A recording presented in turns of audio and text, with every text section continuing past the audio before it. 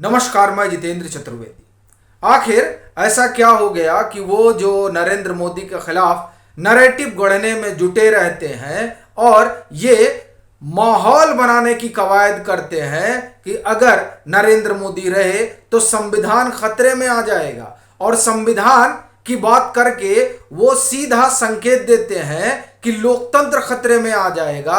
और उसके साथ वो ये भी बताना चाहते हैं कि जो गरीब गुरबा है उनका भी मामला डामाडोल हो जाएगा। अब ये तमाम लोग जो इस तरीके का कथनाक गढ़ते हैं उनके माथे पर बल आ गया है। कपिल सिब्बल और प्रशांत भूषण सरीखे दिग्गज वकील भी मुंह लटकाए टहल रहे हैं, और वो जो अभियानी बने हुए थे और बने हुए हैं उनकी जिस तरह से कुंडली खुल रही है, वो जो चीनी फंड पर पल फूल रहे हैं, उसने पूरे इकोसिस्टम में हड़कंप मचाया है। तब ये सवाल उठता है कि आखिर हो क्या रहा है। एक और दूसरा, नरेंद्र मोदी ने ऐसा क्या किया है जिसके कारण तमाम दिग्गज पस्त हो गए हैं और उनकी राजनीतिक बिसात औंधे मुंह गिर पड़ी है। तो इसी पर हम लोग एक एक करके बात करते हैं। देखिए, पहली तो गुहार जो है वो आप एक तरह से कहें कि सुप्रीम कोर्ट में ही लगाएगी, देश की सबसे बड़ी अदालत में। और वहां दो तीन नैरेटिव गढ़ने की कोशिश हुई और ये कवायद रही कि अगर वहां चीजें स्थापित हो जाती हैं तो नरेंद्र मोदी सरकार को घेरने में बड़ी सहूलियत होगी। पहला तो ये कवायद हुई कि देखिए साहब, ये लोग बेसिक स्ट्रक्चर ही बदल देंगे। और इस बात को रखने वालों में कौन रहे? कपिल सिब्बल। वो राज्यसभा में दिल्ली सेवा विधेयक जो अब कानून बन चुका है उसको लेकर जो डिबेट चल रही थी, उस डिबेट में जो एक्स सीजीआई रंजन गोगोई ने बात उठाई और उन्होंने ये बात किसी बड़े कानूनविद की किताब में जो लिखा उसके हवाले से कही, लेकिन उन्होंने जो कहा उसको उठाया गया और सुप्रीम कोर्ट की संविधान पीठ के सामने रखा गया जो 370 की सुनवाई कर रही है। कहा गया कि देखिए, वो तो बात कर रहे हैं बेसिक स्ट्रक्चर की, और अब आप जिस तरह से 370 सुन रहे हैं और ये कह रहे हैं कि नहीं, इसमें संविधान संशोधन के जरिए फेरबदल हो सकता है, तो ऐसी स्थिति में ये लोग फिर कह देंगे कि कॉन्स्टिट्यूएंट पावर तो जब हमारे पास है तो हम जो है बेसिक स्ट्रक्चर में भी फेरबदल कर सकते हैं। इस तरीके का एक नैरेटिव वहां गढ़ने की जब कोशिश हुई, तब संविधान पीठ ने दो टूक कहा कि ये दरअसल उनकी अपनी निजी राय है और उस राय को आप यहां लाकर मत थोपिए। तो पहला तो ये जो बेसिक स्ट्रक्चर और संविधान ही बदल देंगे, ये जो कवायद हुई उसको वहां बड़ा भारी झटका लगा। क्योंकि ये संविधान बदल देंगे, ये जो नैरेटिव है, ये नैरेटिव बहुत बड़ा है। क्योंकि इसके जरिए दो तीन चीजें गढ़ने की कोशिश हुई। एक तो ये कि संविधान बदलने का मतलब जो संवैधानिक व्यवस्था संविधान सभा ने गढ़ी उसमें फेरबदल कर सकते हैं, यानी लोकतंत्र खतरे में ला सकते हैं। यानी इस संविधान के जरिए जो गरीब गुरबा को आजादी मिली हुई है, इस बात की कि उनका संरक्षण हो, वो सब खतरे में पड़ जाएगा। ये जो कथनाक गढ़ने की कोशिश हुई, इसको बड़ा झटका लगा। दूसरा, वहां 370 को लेकर कथनाक गढ़ने की कोशिश। और आप देखिए, जब दुष्यंत दवे 370 पर अपनी बात रख रहे थे सुप्रीम कोर्ट में संविधान पीठ के सामने, तब वहां प्रशांत भूषण भी मौजूद थे। उनके एकदम तुरंत बगल में बैठे हुए थे प्रशांत भूषण। और जब उन्होंने कहना शुरू किया दुष्यंत दवे ने कि देखिए, आपने प्रेसिडेंट ऑर्डर के जरिए बदल दिया, ऐसा होना नहीं चाहिए था, यह संविधान के साथ धोखा है, ये तमाम तहरीर वहां रख रहे थे। तब जब संविधान पीठ ने ही पूछ लिया कि अगर ये प्रेसिडेंट ऑर्डर के जरिए हटाना गड़बड़ है, तो यानी पीछे जो भी चीजें प्रेसिडेंट ऑर्डर के जरिए जम्मू कश्मीर में हुई उन सबको आप चुनौती दे रहे हैं, तब आप ये कहें कि कान खड़े हो गए कि साहब ये तो जो है जो आर्ग्यूमेंट दिया गया वो आर्ग्यूमेंट गड़बड़ हो गया।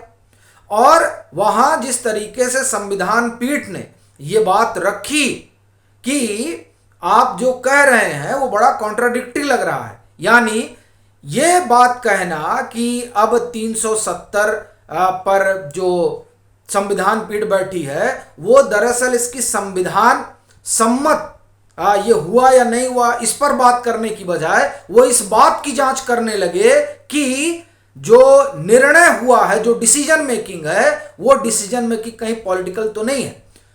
संविधान पीठ ने कहा कि हम वो देखने नहीं आए हैं, हम ये देखने आए हैं कि संविधान के प्रावधानों के अनुकूल हुआ है नहीं हुआ है। इससे एक चीज ये भी समझ में आती है कि ये जो दिग्गज वकील हैं वो ये जान रहे हैं कि दरअसल ये जो 370 है इसका नलीफाई करना संविधान सम्मत है। इसीलिए ये तमाम तरह की अब ऐसे आर्गुमेंट वहां रख रहे हैं जिसके जरिए एक नैरेटिव गढ़ा जाए। लेकिन संविधान पीठ ने जो अभी तक 7 रोज की बहस हुई उस बहस में उस नैरेटिव को भी ध्वस्त कर दिया। अब आप देखिए 370 को लेकर जो राजनीति करनी थी वो राजनीति भी पस्त हो गई। संविधान खतरे में ये कहने वाले जो वहां पर बात उठा रहे थे उनको भी बड़ा भारी झटका लगा। और यही नहीं, आपको ध्यान होगा कि किस तरीके से ईडी वाले मसले में एसके मिश्रा को लेकर पूरा अभियान छेड़ा गया और उस अभियान के गर्भ में एक ही चीज थी कि नरेंद्र मोदी की सरकार को कटघरे में खड़ा कर दिया जाए, लेकिन वहां भी मुंह की खा गए। इसकी वजह बस एक है, नरेंद्र मोदी इस बात को जानते हैं कि ये जो पूरा इकोसिस्टम है जो नैरेटिव गढ़ने में लगा हुआ है वो अगर कहीं भी संवैधानिक रूप से, कानूनी रूप से, वैधानिक रूप से मोदी सरकार गड़बड़ होगी तो इसे उल्टा कर देंगे। इसीलिए जिस तरह से वो चुनावी बिसात पर एक एक गोटियां बहुत ही चतुराई से रखते हैं, उसी तरह कानूनी मसलों में भी वो एक एक निर्णय, आप एक तरह से कहें कि पूरा बात बिठा के की जाती है कि ऐसा हो ऐसा ना हो कि मामला सुप्रीम कोर्ट में जाए और वहां से कोई नैरेटिव बन जाए सरकार के खिलाफ और वो जो नैरेटिव बनाने में लगे हुए हैं उनके हाथ कोई टूल लग जाए। अब देखिए कि ये जो इधर कोशिश चली वो कोशिश किस तरह से औंधे मुंह गिरती नजर आ रही है। और सिर्फ ये नहीं, मणिपुर वाले पे आप देखिए, मणिपुर वाले पर भी एक अभियान चला और आप देखिए कि सारे जितने इकोसिस्टम के दिग्गज हैं सब उतर आए थे मणिपुर के मसले पर। लेकिन क्या हुआ, उन्होंने तो पूरा अभियान ही चला दिया था कि साहब यहां तो सेना भेज दो, यहां राष्ट्रपति शासन लगा दो, सरकार ही बर्खास्त कर दो। और ये तमाम चीजें क्यों बुनी जा रही थी? ताकि नरेंद्र मोदी को कटघरे में खड़ा कर दिया जाए। इस एंगल पर भी बात नहीं बन पाई। क्यों? क्योंकि सुप्रीम कोर्ट ने परिभाषा दे रखी है किसकी? बुनियादी ढांचे की, जिसकी दुहाई राजीव धवन दे रहे थे, जिसकी दुहाई कपिल सिब्बल दे रहे थे जब 370 पर जो आर्गुमेंट इन लोगों ने किया।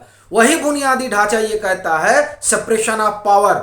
ये जो कार्यपालिका, विधायिका, न्यायपालिका है, इनकी अपनी सीमाएं हैं, उस सीमा के आप बाहर नहीं जा सकते। अब आप सरकार नहीं बर्खास्त करने लगेंगे, हाँ आप निर्देश दे सकते हैं, जैसा कि हुआ कि कमेटी बना दी गई कि अब वो जाएगी देखेगी। अब देखिए यहां भी जो है इन लोगों की दाल गली नहीं, नैरेटिव जो बनाना चाह रहे थे वो बना नहीं। और ये जो चीनी पैसे पर पल रहे हैं, इनकी तो कुंडली खंगाली जा रही है। ईडी जो है वो सबके कागज तैयार कर रही, इसलिए और खलबली मची हुई है कि साहब जो है मामला अब गड़बड़ होना वाला है। तो आप देखिए क्या कर रहे हैं, अब ये पीएम पर ही सवाल उठा रहे हैं कि साहब जब ये अनपढ़ वाली बात होती है तो ये लोग ऐसे कर लेते हैं, वैसे कर लेते हैं। करिए ना, एक लोग कहे तो थे, 2 लोग लाले पड़े हैं सदस्यता की, बचेगी कि नहीं बचेगी। अभी देखिए किसी तरह से इस मामले को कि कोर्ट में कैसे उलझा रहे उसमें लगे हुए हैं संजय सिंह और अरविंद केजरीवाल। आलम यह है कि गुजरात हाई कोर्ट ने फटकार लगा दी कि आप मामले को उलझा रहे हैं। अरे आप जाइए और बताइए, वहां अवमानना का केस है, आप कह रहे हैं कि डिग्री नहीं है, तो जाके बताइए डिग्री जो है वो फेक है, तो वो नहीं बताएंगे, उससे भागेंगे, लेकिन नरेटिव गढ़ने में जरूर लगे रहेंगे। अब ये जो नरेशन गढ़ने की कवायद रही, इस कवायद को ऐसा झटका लगा है कि सब सन्नाटे में चले गए हैं। अब घेरे कैसे? तो अब उसके लिए फिर जुगत भिड़ाई जा रही है। चुनाव है 2024 का, कैसे जीता जाए। लेकिन यहां नरेंद्र मोदी ने तो 1000 साल का खाका खींच दिया है, तो और सबके जो है सांप लौटने लगा है सीने पे कि अब साहब अब क्या करें। तो ये जो तमाम कोशिश रही, वो कोशिश औंधे मुंह गिरती दिखाई दे रही है। आपकी अपनी क्या राय है, जरूर साझा करें। मतांतर से नहीं जुड़े हैं तो जुड़ें, वीडियो को लाइक करें और खूब शेयर करें।